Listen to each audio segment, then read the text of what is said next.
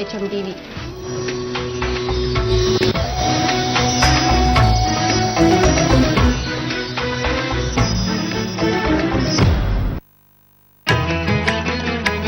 జ్ఞానమే ఆయన మార్గం, తాత్విక చింతనే జీవితం, జ్ఞాన సముపార్జన ధ్యానంతోనే సాధ్యమంటున్న పిరమిడ్ ధ్యాన యోగి సుభాష్ పత్రిజీతో ప్రత్యేక ఇంటర్వ్యూ.